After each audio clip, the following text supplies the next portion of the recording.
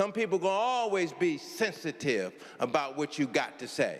But what they gotta understand, you have a right as a human being on God's planet, not their planet, not their rules, but God's rules and his planet.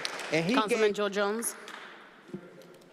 Thank you, Madam Chairwoman. I stand to support my colleague Anthony Hairston on terms of flexibility of how we use our resources and making sure that we can get those resources out on the streets pretty quickly when it comes to times of needs. But let us not be mistaken in what's happening here, because I think a lot of our citizens are asleep with what's fundamentally happening in front of them. It's like the calm before the storm.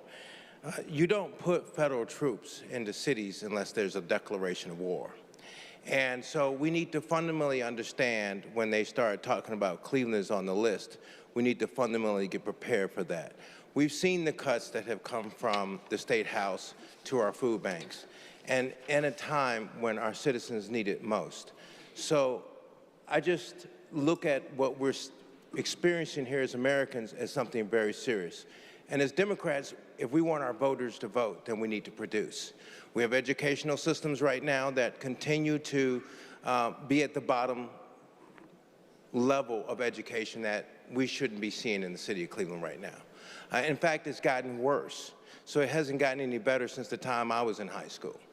We have a city that has the dubious distinction of being the most segregated city in the United States of America, in addition to having a poverty-stricken system in play.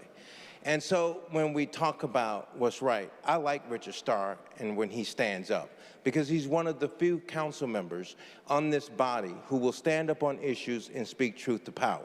And some people might feel uncomfortable with what you got to say, young man, but you keep on doing what you got to do. This is about freedom of speech.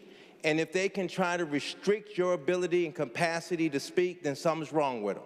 And that's the reason why voters get discouraged.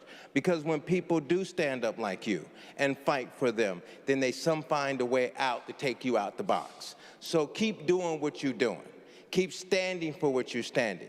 And 2 seats over was the seat of Fannie Lewis. And Fannie Lewis didn't play around. She stood her ground. She fought for what she wanted to. And we can recall a time when even the mayor would throw a chair at somebody in this council and picked you up and threw you out the door. So let's put things in perspective, right? Some people gonna always be sensitive about what you got to say. But what they gotta understand, you have a right as a human being on God's planet, not their planet, not their rules, but God's rules and his planet. And he gave you the mouth to speak. Keep on speaking the truth. Do what is right, and it will never let you down. Thank you.